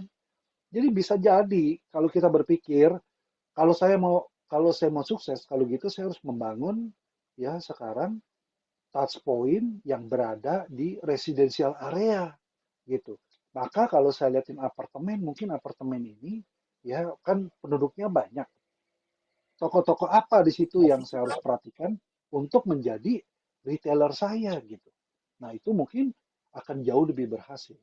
Nah, perusahaan-perusahaan besar seperti Mayora, Kalbe, ya Garuda Food dan yang lain-lain itu mereka melihat itu ke arah sana. Bahkan ya pada masa-masa pandemi awal, saya masih ingat tuh ya, semua perusahaan-perusahaan gede begitu itu bikin brosur, lalu mereka bikin jaringan. Jadi setiap orang itu dikasih kesempatan, lu mau nggak jadi retailer? Ya, lu mau jadi retailer, keuntungan 30%, ya, lu jual deh gitu. Jadi kita mempunyai retailer tuh sampai jumlahnya 50.000 orang gitu. Di seluruh Indonesia kita sebar gitu ya. Jadi dengan begitu, ya kita tetap menjangkau dari customer kita. Melalui siapa? Melalui orang-orang yang kita tunjuk. Dan mereka ini juga mempengaruhi ya neighborhood mereka gitu ya untuk membeli kepada mereka gitu. Sehingga kita masih tetap bisa mendapatkan sales atau revenue kita. Nah, barangkali ya di masa-masa nanti post pandemic ini akan banyak juga mengalami perubahan. Nah, ini justru kita harus coba pikirkan ya. Nah, bagaimana kita membangun experience dari konsumer kita yang lebih baik. Ya, ini perlu untuk disikapi. Jadi kira-kira gitu yang bisa saya sampaikan. Nah, saya mau menyimpulkan sedikit. Ya. Jadi tadi sebagai kesimpulannya, pertama itu kita harus mengerti bahwa consumer atau customer itu are getting smarter. Kedua, ya kalau kita tidak memuaskan ya dari customer kita, seseorang ya atau perusahaan lain itu akan melakukan itu. Touch point itu matter ya, tapi journey matters more. Jadi kita harus jagain, oh toko itu harus pelayanannya bagus, tapi jangan cuma tokonya, tapi bagaimana kita melakukan iklan, bagaimana kita katakanlah membangun di e-shop kita ya, itu semua merupakan journey yang perlu kita perhatikan. Jadi itu harus membuat customer kita sendiri. Kemudian COVID-19 itu mengubah ya consumer customer behavior. Jadi oleh sebab itu kita perlu menciptakan sebuah transformasi dari perjalanan consumer atau customer kita. Yang terakhir ya kita harus mendesain dan kita harus measure ya, kita harus ukur customer dan consumer journey kita ya untuk post pandemic world yang akan sebentar lagi kita hadapin ketika herd immunity itu sudah tercapai. 80% dari populasi kita itu sudah imun dengan vaksinasi. Nah, ketika itu terjadi, itu kita sebut namanya post-pandemic world. Next, what will be, gitu ya. Itu pasti akan berubah lagi dunia. Apakah akan kembali ke old normal, apakah akan tetap menjadi sebuah normal yang baru yang kita nggak pernah tahu. Jadi oleh sebab itu, ya mari kita semua kita berpikir, kita mengerti bahwa customer experience itu penting, kita mulai membangun itu. Terima kasih semuanya atas perhatiannya. Kalau ada pertanyaannya, monggo. Oke, thank you Pak Galatia. Wah, luar biasa ya bahwa kita memang harus membangun sebuah customer journey ya, peta perjalanan customer. Nah, bagaimana cara membangunnya dan apa nih yang teman-teman mau tahu lebih lanjut nih ya tentang customer journey ya, tentang customer experience dan lain-lain. Yuk monggo ya, silakan, kita akan buka sesi diskusi ya, sesi diskusi. Nanti buat teman-teman yang mau ngobrol langsung boleh raise hand ya, boleh raise hand. Nanti kalau sudah saya panggil, silakan dibuka mic-nya ya. Nah, atau kalau teman-teman masih malu-malu nih ya, padahal sih nggak boleh malu-malu ya Pak Galatia ya. Tadi kan langkah pertama adalah membangun awareness ya. Orang harus tahu siapa Anda gitu ya. Nah, jadi Anda kalau bisa buka mic, buka kamera, kita diskusi seperti itu ya. Tapi kalau malu-malu juga nggak apa-apa, silakan ditulis aja di kolom chat, saya yang bacain ya. Semakin banyak saya bacain berarti saya semakin banyak tampil gitu ya Pak Galatia ya. Jadi Iya. semakin eksis. Oke. Silakan ya. Nah, ini dari Bu Edalin nih, Pak Galatia. Do you have Ya. any ideas to survive on our business in pandemic world? Ada ide apa nggak? Nah, ini harus mungkin lebih spesifik kali ya Pak ya, bisnisnya apa gitu Pak ya. Ya. Jadi kan kita tahu begini, post pandemic itu ya itu terjadi ketika kalau namanya orang itu sudah mempunyai imunitas, berarti kan sudah nggak ada lagi nih ada kasus yang naik-naik lagi gitu ya. Tapi kita tahu kan ya bahwa sebenarnya yang namanya corona ini sebenarnya mirip-mirip dengan influenza. Kalau kita lihat influenza, influenza itu ada patternnya Bapak Ibu semua. Itu terjadi ada dua peak, namanya dua peak. Peak itu terjadi ketika ada musim dingin. Misalnya, musim dingin di bumi bagian utara, yaitu Amerika, Eropa, ya. Yang ada itu adalah bulan Desember, itu peaknya ya, biasanya. Maka apa yang terjadi? Ketika itu terjadi, maka influenzanya meningkat, gitu, ya. Nah, lalu setelah bulan Februari itu akan menurun, gitu, influenzanya. Jadi kalau dia menurun, maka kita lihat nanti nggak lama lagi di Australia, di Brasil, itu belahan bumi bagian selatan. Itu akan terjadi musim dingin di bulan Juni. Itu akan naik lagi. Nah, Indonesia itu, patternnya itu saya udah ngikutin. Ya. Selalu kita punya dua peak. Ya. Kalau bulan eh, Desember, Januari itu kita juga tinggi, walaupun nggak setinggi yang belahan utara. Nanti di bulan Juni, Juli kita naik lagi, tinggi lagi gitu, ya. Nah, jadi dua pattern ini akan selalu ada. Pola nanti pandemi yang disebabkan corona ini akan hilang, sama kayak yang dulu influenza. Influenza pernah menjadi pandemi juga, tapi juga hilang karena orang udah mulai vaksinasi apa semua. Nah, nanti itu kalau cakupannya makin lama makin luas dan udah berhasil pasti akan turun. Nah, ini akan menimbulkan nanti satu fenomena baru. Jadi orang itu kecenderungannya nanti adalah prevention karena dia kena expose terus gitu ya. Nanti begitu bulan Januari Desember, waduh, mulai naik lagi. Oh, dia mulai takut lagi. Pasti prevent lagi. Jadi bisnis yang namanya prevention itu ya terhadap penyakit itu penting. Ya, jadi kalau kita lihat pasar multivitamin mungkin naik terus gitu ya. Jadi itu salah satu fenomena pertama. Kedua adalah masker. Orang pasti akan menggunakan masker. Apalagi dia mungkin udah mulai lupa nih ya. Ntar begitu kasusnya naik lagi, takut lagi dia pakai lagi masker gitu. Nah, bisnis vaksin pasti bisnis vaksin akan naik. Karena kenapa? Setiap tahun akan keluar lagi varian baru lagi, varian baru lagi. Nah, kalau Bapak Ibu mau tahu ya, sekarang ini Sinovac itu dia udah punya lagi sekarang vaksin yang baru. Vaksin yang varian Delta. Pengen divaksin nggak? Kalau saya pengen. Saya daripada di booster dengan vaksin Sinovac atau yang lain-lain yang strainnya itu strain Wuhan, saya lebih cenderung untuk nungguin nanti kalau Sinovac yang strain Delta ini muncul. Ya saya di booster aja dah sama yang strain Delta. Ya, itu akan lebih membantu. Nah, jadi nanti akan keluar lagi. Di Filipina bulan Maret tahun 2021 itu muncul namanya varian Theta. Nanti di belahan bumi bagian lain lagi akan muncul lagi. WHO itu akan mengadakan surveillance namanya. Dia akan memantau. Begitu, wah ada muncul di sini ya. Itu namanya terjadinya epidemi. Karena itu masih lingkupnya nasional. Syukur-syukur bisa dikonten supaya dia nggak nyebar ke country yang lain. Tapi kalau udah mulai nyebar, di country ini ditemukan, di country sana ditemukan, di sini ditemukan. Nah itu buru-buru. Bikin vaksinnya segera ini. Ini kalau kita nggak vaksinasi nih, ya ini bakal efeknya nanti kemana-mana. Balik lagi pandemi lagi. Nah, gitu. Nah jadi ini akan nanti perusahaan vaksin akan semakin cepat dia bikinnya. Ya dapat strain dari WHO dia bikin segera gitu. Nah itu ya makanya Kalbe juga kita udah mempunyai fasilitas untuk bikin vaksin ya. Jadi kita juga siap nih untuk berkontribusi. Nah jadi kita tahu bahwa ini adalah salah satu cikal bakal ya masa depan kita kayak gitu. Nah bagaimana dengan makanan? Makanan-makanan orang sekarang kan boleh dibilang kalau lagi pandemi begini apa yang terjadi? Memang kita bisa gampang gerak, nggak bisa gampang gerak. Jadi makanan kecenderungan orang mau cari makanan yang sehat. Itu yang pertama.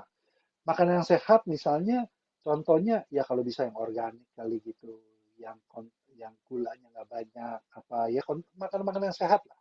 Tapi ya ada kecenderungan juga ya ada beberapa konsumer itu yang bilang bahwa oh saya itu kayaknya ya situasinya udah sangat buruk dah ini ya saya kepingin aduh udah makan es krim dah gitu ya sesuatu yang kayaknya bikin hati seneng lah gitu ya aduh kayaknya kalau makan udah hidup udah susah makan juga yang sehat-sehat yang susah gitu ya kayaknya nggak ada hiburan gitu makanan itu sebagai hiburan nah jadi ada orang-orang tertentu yang membutuhkan juga tuh ya makanan-makanan yang hiburan kayak gitu ya.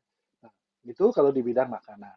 Lalu bagaimana elektronik? Elektronik mengalami banyak perubahan juga, Bapak Ibu. Ya, banyak sekarang wearable yang mulai rame gitu ya.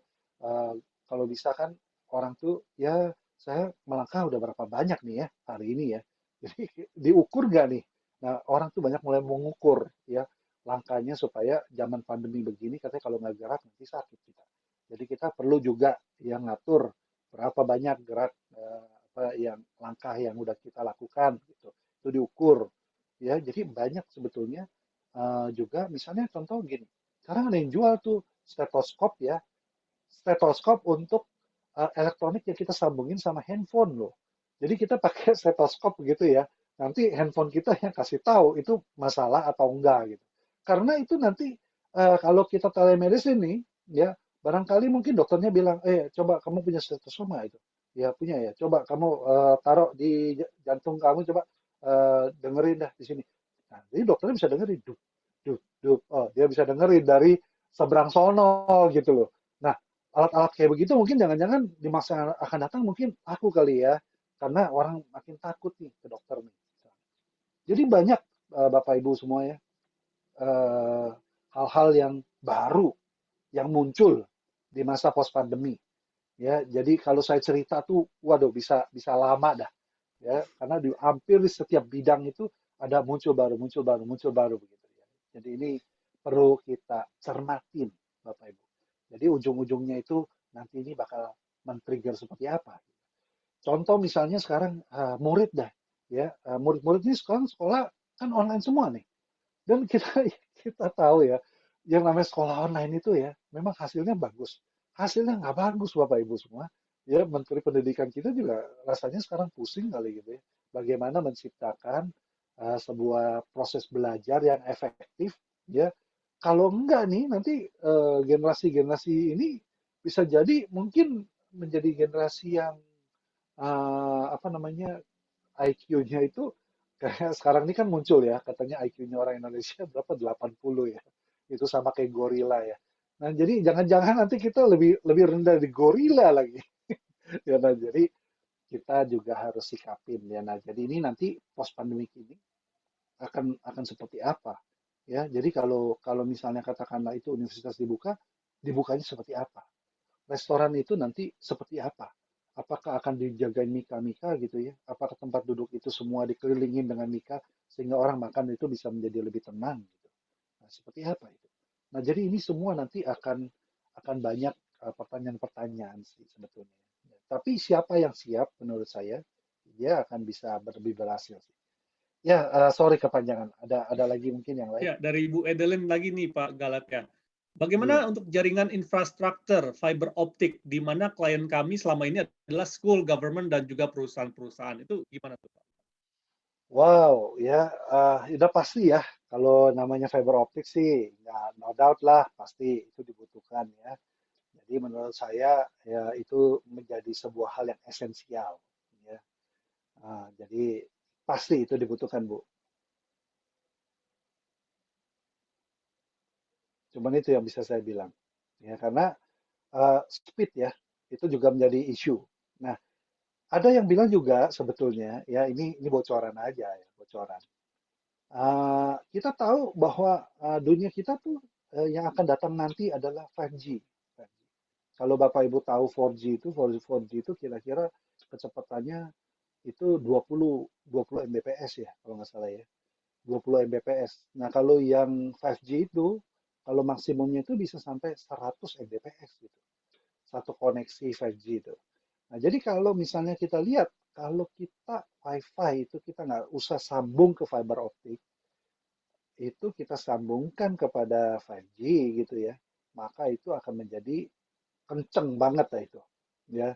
Nah, jadi itu juga apa namanya menjadi sebuah hal yang mungkin bisa jadi itu membunuh dari fiber optik di masa akan datang sama WiFi.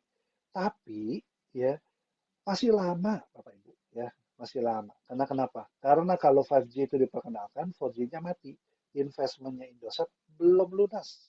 Ya, jadi pasti dia akan mempertahankan 4G-nya dulu dong. Ya, karena kalau enggak, ya Telkomsel sama Indosat ya rugi lah ya. 4G-nya belum pulang modal, udah digantikan sama yang 5G. Gitu. Nah, jadi ya menurut saya perjalanan masih panjang. Ya. Tinggal masih ditahan-tahan aja gitu ya Pak GC ya. Iya, betul, betul. Oke, nah ini ada pertanyaan dari Pak Doni nih Pak. Ya, Customer experience di era 4.0 ini erat kaitannya dengan digitalisasi dan teknologi. hmm, Bagaimana tetap mengedepankan keputusan dan menjalankan customer experience tersebut dengan rasa empati dan peduli atau emotional feeling, Pak. Sebab ya, biar bagaimanapun, ya, manusia banyak mengambil keputusan berdasarkan emosional dibandingkan logik. Itu pertanyaan pertama, Pak. Ada dua pertanyaan kayaknya. Ya. Terus betul. yang kedua adalah dari materi Harvard Business Review tadi ada statement flexible journey based on need point, not touch point.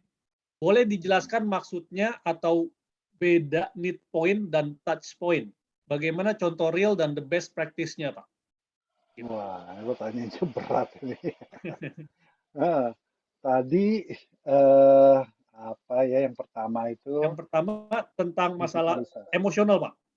emosional ya. Jadi gini ya mengenai emosional sama overall picture ya. Kita begini, kalau yang namanya kita berbicara mengenai emosional, sebenarnya di dalam di dalam digital ya, itu juga bisa kita pancing sih emosionalnya. Di situ juga bisa aja komentar-komentarnya juga bisa ada yang emosional di situ kelihatan ya. Jadi sebenarnya kita butuh orang yang memang untuk menjadi pemerhati. Karena at the end begini, kalau kita punya 10 customer, 3 itu yang marah, misalnya katakanlah, dan 3 itu marah itu karena memang ya kita anggap bahwa itu masih sesuatu yang wajar gitu. Ya nggak apa-apa juga. At the end sebenarnya itu menjadi overall picture. Kalau saya selalu bilang, ya kita nggak bisa memuaskan 100% orang, nggak mungkin. Ya, jadi kita lihat seberapa sebetulnya yang kita mau jagain. Ya, jadi kita lihat overall picture. Karena tadi kalau kita berbicara tentang empati, ya itu adalah individual, individual. Nah, untuk individual itu adalah di sektor layanan yang ada di frontline kita gitu. Kita usahakan di touch point itu ya orang-orang kita cobalah pada waktu mereka menghadapi angry customer terutama ya itu kita harus mereka hadapin dengan empati yang tinggi misalnya gitu ya. Jadi kita jangan pakai rasional tapi pakai empati ya. Sama aja ya di semua industri saya yakin begitu. Karena kalau orang marah itu kita tanggapi dengan rasional, nggak akan ada solusinya, nggak akan ada. Tapi kita kalau dengan empati, dengan simpati, pasti kita bisa menyelesaikan masalahnya. Nah, itu adalah untuk troubleshooter lah ya yang di situ. Tapi overall picture-nya itu tetap itu harus ada dashboard-nya. Dashboard-nya itu melihat overall picture-nya. Jadi kita tahu. Dan kita bisa mengambil decision dari overall picture itu. Nah, itu yang pertama ya. Yang kedua tadi adalah menyangkut pertanyaan needs point sama touch point ya dari ini ya. Ini saya coba tayangin lagi deh biar teman-teman mungkin bisa lihat juga nih. Nah, udah lihat ya. Nah, ini kan ada nih ya katanya flexible journey based on needs point gitu ya, not touch point. Gitu. Nah, jadi gini, kadang-kadang itu kita membangun, perusahaan itu membangun yang namanya touch point. Jadi kita mulai dari awareness sampai katakanlah dia nanti menjadi loyal, ya menjadi customer kita yang loyal, itu ada touch point yang kita jagain, ya kita jagain terus gitu. Tapi kita nggak sadarin bahwa mungkin customer journey kita tuh dibelokin sama kompetitor atau apa gitu. Yang kita nggak sadarin. Jadi oleh sebab itu makanya kita harus mengerti bahwa ini harus butuh fleksibilitas. Jangan ngejagain pos kita di touch point, padahal needs point-nya udah mulai mengalami perubahan. Ya kalau dulu misalnya katakanlah, kita mau pesan bakso, ya udah pastilah ya di restorannya dong kita pokoknya kita jaga itu restoran itu yang benar-benar baik dah servisnya. Tapi kita nggak sadarin bahwa ketika ada misalnya perusahaan yang memikirkan bagaimana ya supaya dia membangun basis misalnya baksonya itu dia bikin dari small apa namanya vendor gitu ya kecil-kecil tapi banyak. Nah, sehingga apa? Layanannya cepat. Kalau kita pesan order gitu pakai Gojek itu, ya, kalau pesan di restoran yang itu, ya memang rasanya enak, tapi butuh waktu 1 jam. Kalau kita pesan Gojek, ya di restoran ini sama dia punya rasa, tapi ya itu dalam waktu 15 menit nyampe. Pilih yang mana? Nah, ini yang namanya needs point nih. Needs point orang mengalami perubahan. Jadi kalau fleksibilitas kita itu nggak ada, kita ngejagain terus kita punya touch point, kita menjadi salah karena customer journey-nya dibelokin sama apa namanya ini kita gitu, kompetitor kita. Ya, nah ini yang kita harus juga awasin gitu. Jadi makanya si Harvard bilang sekarang ini katanya kita harus benar-benar mempunyai fleksibilitas yang tinggi ya base-nya itu dari needs point dari consumer kita, jangan dari touch point yang kita sudah punya saat ini gitu. Itu kira-kira Pak ya, mudah-mudahan menjawab ya. Oke, thank you Pak Galatia.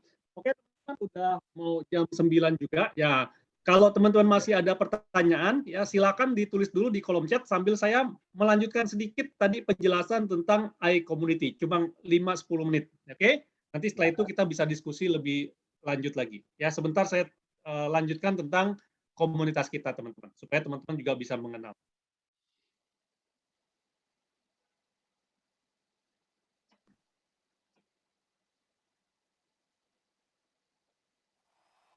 Nah, teman-teman, ya, bagaimana ya kalau ada cara yang murah ya dan mudah untuk mengembangkan network bisnis dan profesi Anda, bahkan berpotensi memperluas pasar hingga 2 kali lipat.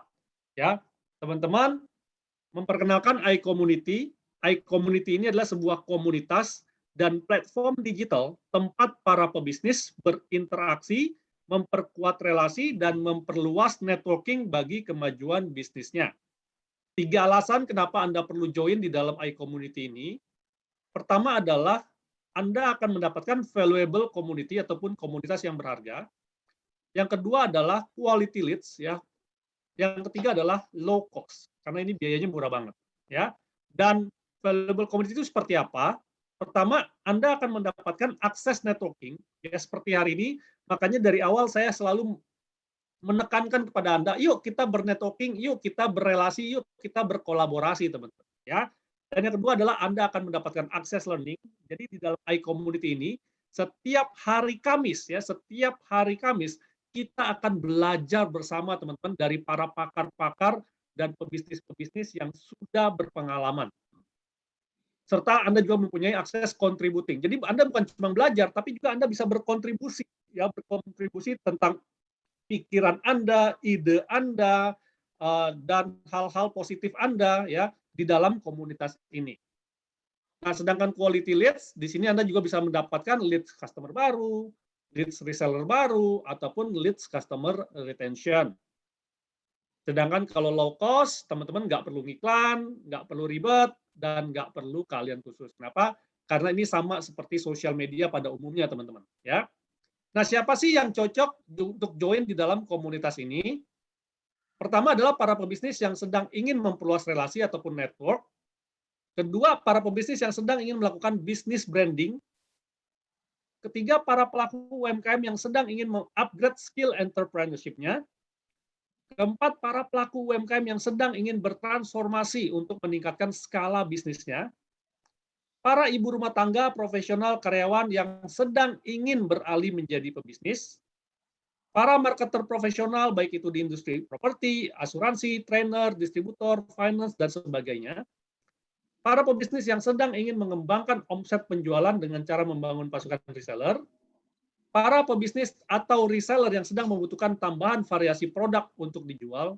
Nah, yang 7 dan 8 ini yang kita akan kawinkan, teman-teman. Jadi ada pengusaha yang lagi cari reseller dan ada reseller yang lagi cari barang, di sini bisa ketemu. Ya, udah beberapa pebisnis yang ketemu matchingannya di sini. Ya.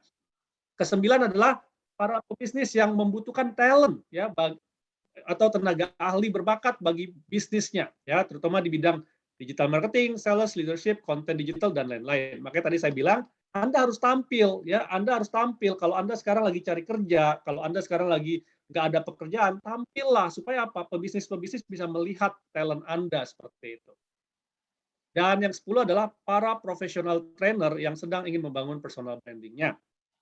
Nah, 3 aktivitas benefit Anda di dalam iCommunity ini apa? Pertama tadi learning, connecting, dan opportunity. Jadi di sini Anda akan mendapatkan kesempatan-kesempatan baru, ya. Nah, jadi learning, connecting, dan opportunity ini akan kita padukan dalam sebuah platform digital, ya, itu bernama Social Connect yang kita sebut sebagai iCommunity tadi, ya. Dan yang kedua adalah kita akan weekly gathering on Zoom, ya. Weekly gathering on Zoom seperti ini gratis, teman-teman, ya.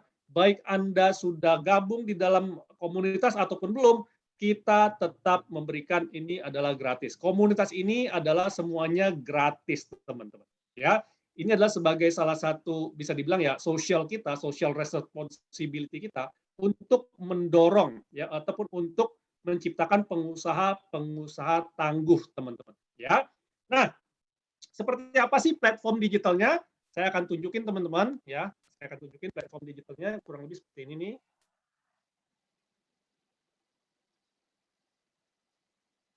Nah, ini teman-teman. Jadi ada platformnya namanya iCommunity ini di sini.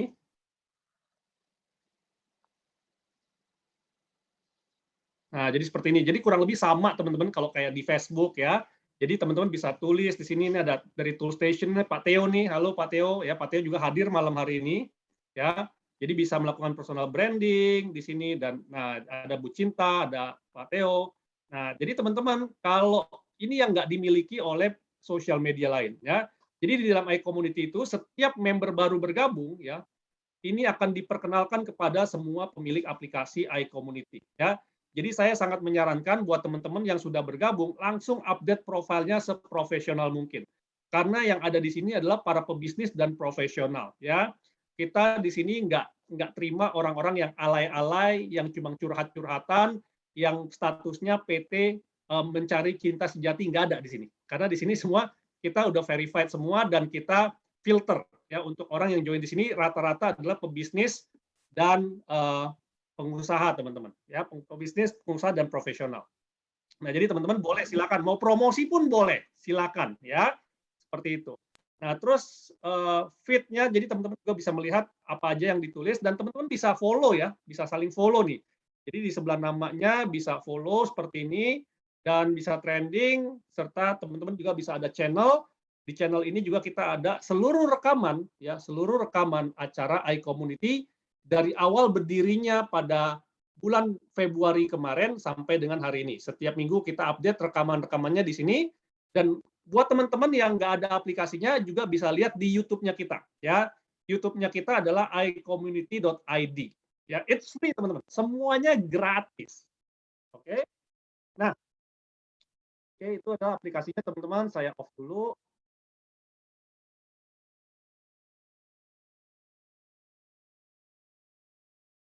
Nah, terus teman-teman ya, ini kita ke depannya juga sudah punya rencana pengembangan aplikasi. Ya, kita sudah punya rencana pengembangan aplikasinya, bahkan kita sudah mau mencontek ya untuk profilnya itu kayak LinkedIn. Jadi kayaknya kesannya profesional banget gitu.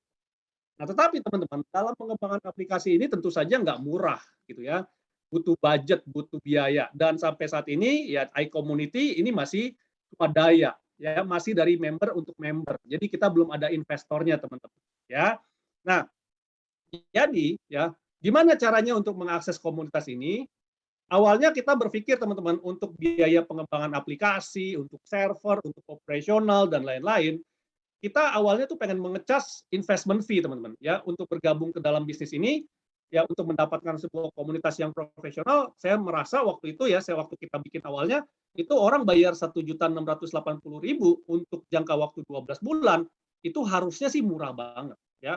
Kenapa? Karena saya pun ya join berbagai macam komunitas, baik itu komunitas yang gratisan sampai bayar yang puluhan juta juga ada.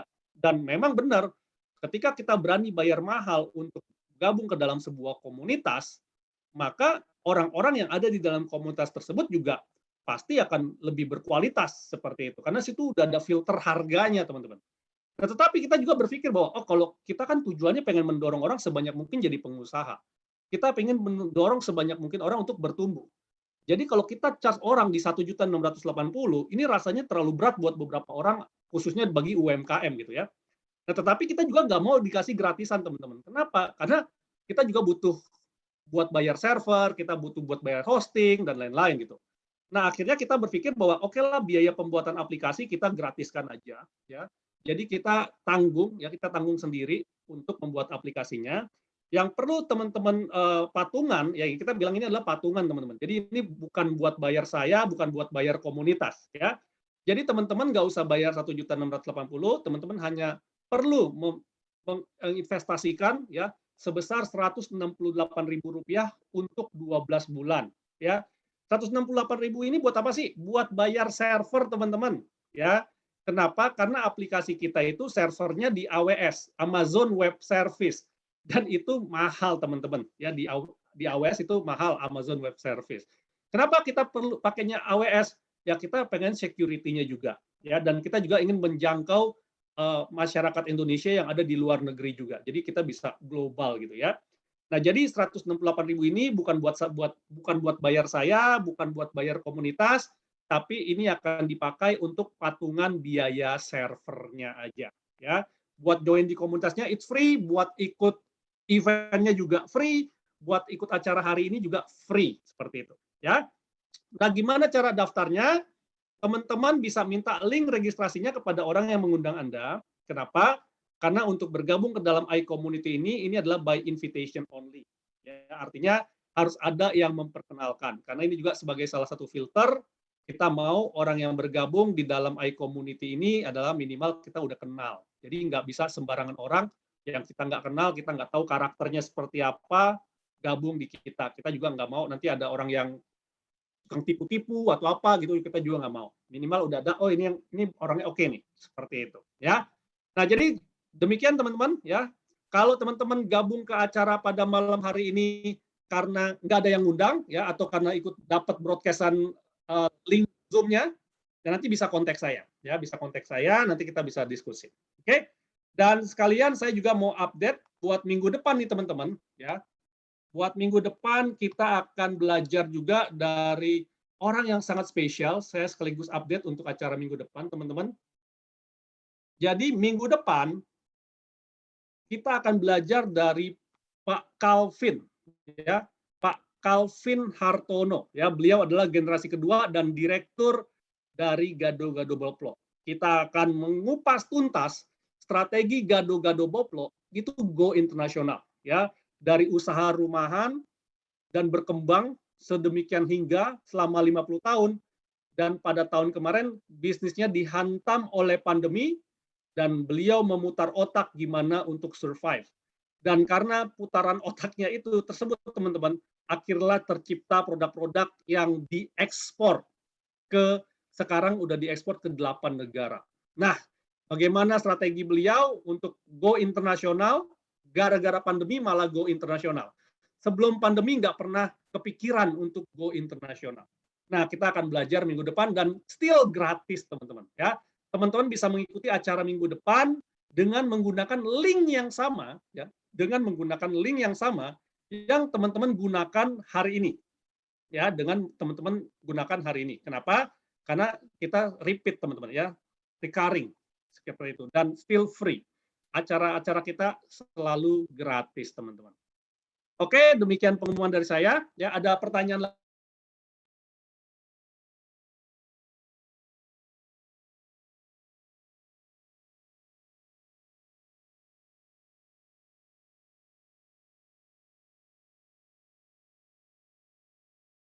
Halo, Pak Galatia?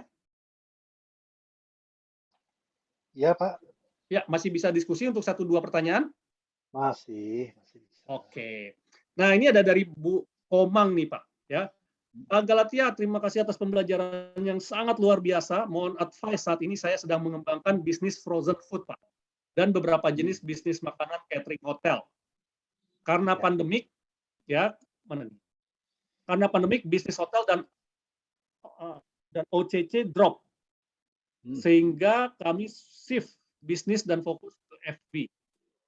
Iya. Pertanyaan saya, bagaimana menaikkan brand awareness dari awal fokus jualan ke staying room, sekarang kita menjual frozen, bakery, dan catering bersaing dengan UMKM. Iya. Ya, Ya, gimana, Pak? mungkin saya tambahin dikit nih, Bu Komang ya. Jadi, saya punya pengalaman. Pengalaman saya itu juga kadang-kadang, ya kita juga sekarang mau beli makanan takut ya. Jadi akibatnya saya beli di supermarket itu kadang-kadang ada Prima namanya. Prima itu ada jual juga frozen foods ya. Nah, yang di Prima itu ada beberapa varian yang saya sangat suka ya. Misalnya contohnya apa yang sate ayam gitu ya misalnya contohnya. Itu bolak-balik saya tanya, ada nggak itu yang sate ayam? Nggak ada. Akibatnya apa? Ya saya nggak jadi ya karena saya cuma suka yang itu gitu. Berbagai macam dia siapin. Tapi saya akhirnya 3 kali saya datang ke sana karena nggak ada varian yang saya mau, saya keluar lagi. Nah, jadi seringkali itu yang kadang-kadang orang pemilik usaha itu nggak mengerti bahwa sebenarnya begini, kita misalnya punya makanan, kita taruh ya di freezer gitu ya. Orang datang lihat, nggak jadi, dia pergi lagi. Tahu nggak kita berapa banyak orang yang katakanlah datang lihat kita punya usaha, tapi dia melengos dia pergi lagi dan kita nggak tahu gitu. Nah ini menjadi yang namanya sebuah potensial market yang kita tidak bisa berhasil masukin. Nah, oleh sebab itu makanya itu pentingnya adalah bagaimana kita bisa menjangkau katakanlah orang-orang yang memang sukanya nyari-nyari yang begitu. Maka sekarang kalau perhatikan ya, misalnya gini deh, nggak usah jauh-jauh. Apartemen. Apartemen, orang-orang apartemen itu, mereka pasti orang-orang yang maunya yang simple-simple. Cari makanan yang frozen food gitu ya. Nah, oleh sebab itu makanya coba bagaimana kita bisa bikin supaya produk kita masuk ke dalam di apartemen itu, bisa dicari sama orang. Lalu kita bangun awareness-nya itu misalnya bisa dengan berbagai cara. Kita kerjasama sama Telkom misalnya. Telkom itu kan sebetulnya punya ini ya broadcast message ya melalui SMS. Kita bisa nih satu zona. Artinya kalau satu zona itu kita bikin itu di apartemen itu satu apartemen itu semuanya dapat message kita. Ya kan? Kita pancing mereka untuk nyoba nih. Kita punya itu di tokonya di mana, kasih tahu aja di message itu. Misalnya, jebret. Nah, itu namanya kita mencoba melakukan branding, ya kan, dengan jangkauan yang memang di situ gitu. Ya kan kita mau carinya orang di situ. Nah, ketika mereka datang, lalu kita mesti ngerti nih gimana caranya kita bisa membangun namanya wish list. Wish list. Kalau misalnya katakanlah mereka ini ya kita bikin aja pengumuman di situ tuh. Ya, kalau ada usulan ya kasih stick note, tempel di situ. Alamatnya atau nomor teleponnya cantumin. Kalau kita punya, kita kasih gratis bagi yang nulis, misalnya gitu ya. Nah, tuh orang kan pasti jadinya nggak ketemu nih. Waduh, dia kayaknya kepengen bikin ini. Nggak apa-apa, anggap aja itu biaya survei. Jadi kita tahu bahwa oh kita dapat wishlist nih. Oh ternyata orang itu datang, dia masih ada sebenarnya yang nggak happy ya, tapi dia nggak bisa dapetin makanannya, ya dia tulis aja di wishlist. Ya semoga bisa ada nih flavornya ini gitu ya atau apa tempel. Gitu ya. Contoh ya. Kira-kira itu mungkin tambahannya lah. Ya. Apalagi kira-kira. Thank you Pak Galte. Ini udah pertanyaannya udah terakhir dari Bu Komang, nggak ada lagi ya. Nah mungkin Bu Komang juga bisa hadir minggu depan ya. Nah mungkin cocok tuh ya. Jadi bagaimana yang tadinya kita punya market B2 hotel to hotel, tiba-tiba kita harus nge-retail gitu ya Pak ya. Nah itu cocok banget ya. Kita cocok banget dengan pengalamannya Pak Calvin gitu. Yang tadinya dia restoran gede ya, punya cabang di mana-mana, tiba-tiba harus jualan bumbu ya. Jualan bumbunya di retail satu-satu gitu, dijualnya di Tokopedia.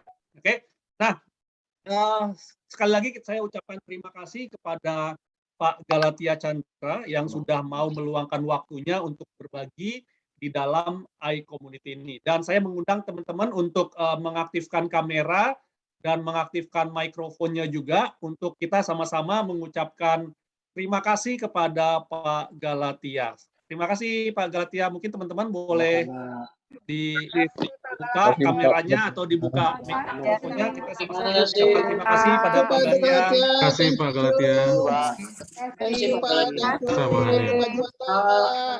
Bagus materinya Pak. Dadah. Thank you, thank you. Terima kasih Pak Juanda. Dan Pak Juanda. Terima kasih Pak Juanda. Terima kasih Pak Juanda.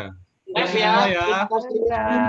Dan seiring dengan makin larutnya ya, maka acara iCommunity Level Up Club malam hari ini ya saya nyatakan selesai pada malam hari ini, dan kita akan ketemu minggu depan ya di waktu yang sama jam 19.30 dengan menggunakan link yang sama. Jadi nggak perlu lagi untuk diingetin atau nggak perlu lagi dipanggil-panggil. Teman-teman pada hari Kamis 19.30 diklik aja linknya. Kalau bisa sekarang di save ya, di save linknya atau dikasih star message ya, dikasih star message. Maka setiap hari Kamis 19.30 tinggal diklik aja linknya dan kita ketemu lagi untuk belajar setiap hari Kamis jam 19.30.